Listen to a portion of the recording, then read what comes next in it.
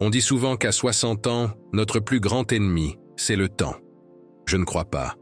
Le vrai danger, c'est ce voleur silencieux qui entre chez nous chaque nuit et nous retire un peu de valeur, sans bruit, sur tout ce que nous avons mis une vie à épargner.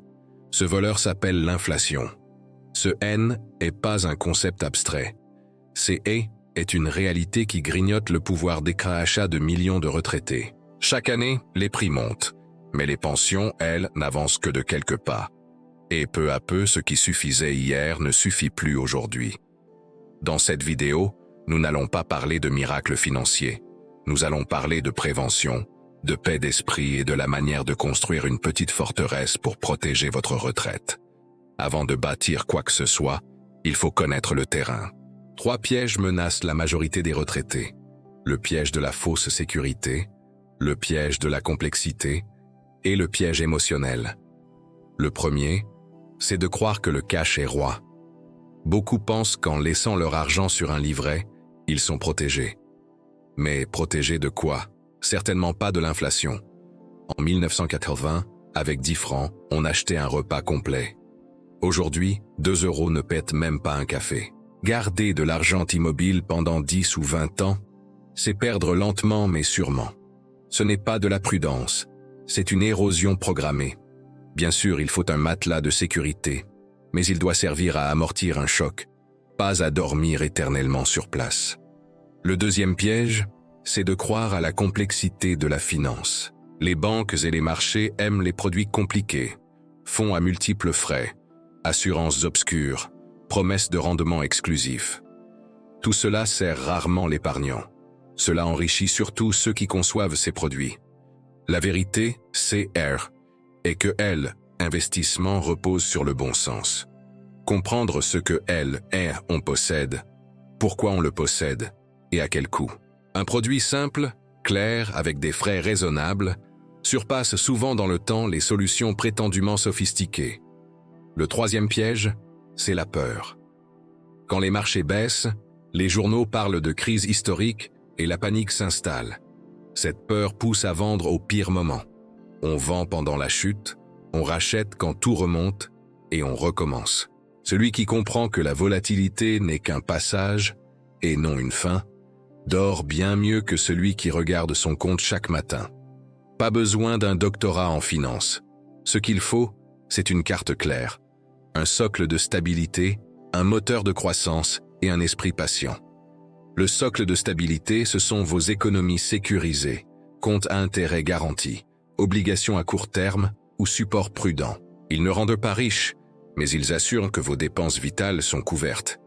Logement, santé, énergie, alimentation. Quand vos besoins essentiels sont payés quoi qu'il arrive, vous retrouvez la liberté de respirer. Le moteur de croissance, c'est la partie de votre patrimoine qui doit continuer à travailler doucement pour vous. Pas dans des produits exotiques, mais dans l'économie réelle, des entreprises solides, des infrastructures, des fonds équilibrés et transparents.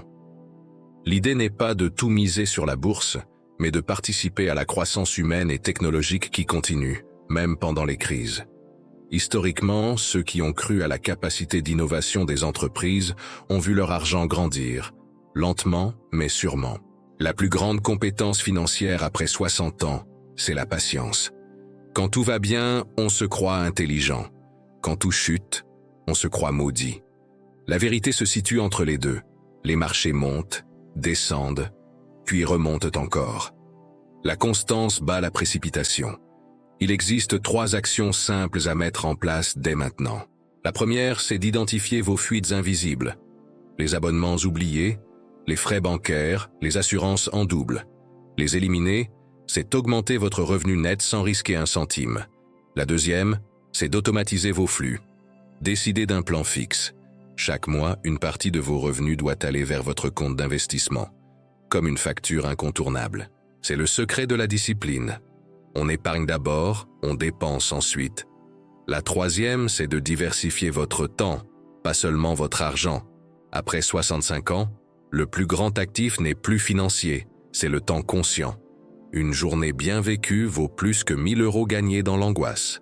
Investissez votre temps dans vos proches, dans des activités utiles ou dans un apprentissage que vous aviez mis de côté. La plupart des gens pensent que la sécurité vient du montant inscrit sur leur compte. En réalité, la vraie sécurité vient d'un plan que vous comprenez. Un plan simple vous rend libre. Un plan complexe vous rend dépendant. Imaginez votre stratégie comme une maison. Le rez-de-chaussée, ce sont vos revenus fixes, l'étage, vos placements prudents, et le toit, votre sérénité. Quand le toit fuit, la maison résiste parce que la base est solide. J'ai vu des crises, des guerres, des récessions, des révolutions technologiques. Mais une chose n'a jamais changé. L'ingéniosité humaine finit toujours par gagner. Les entreprises s'adaptent, les gens innovent, les marchés se reconstruisent.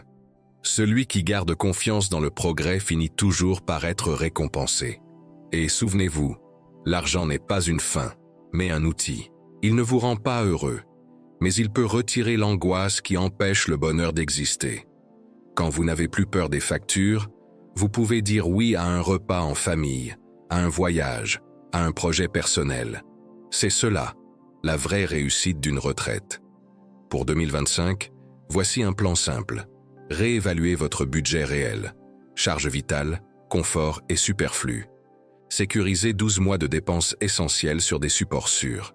Investissez le reste selon la règle du 70-20-10, 70% pour la stabilité, 20% pour la croissance prudente, 10% pour l'avenir ou la transmission. Coupez le bruit médiatique, car les gros titres vendent la peur. Relisez votre plan une fois par an, pas chaque semaine. Chaque pas compte, même petit, car celui qui agit, même lentement, avance plus loin que celui qui attend le bon moment. Vous n'avez pas besoin de devenir riche. Vous avez besoin d'être serein, indépendant et utile. Votre retraite n'est pas la fin du travail.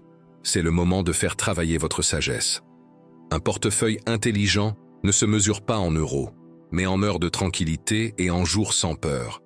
Ce que chaque retraité devrait faire maintenant, ce n'est pas courir après le rendement.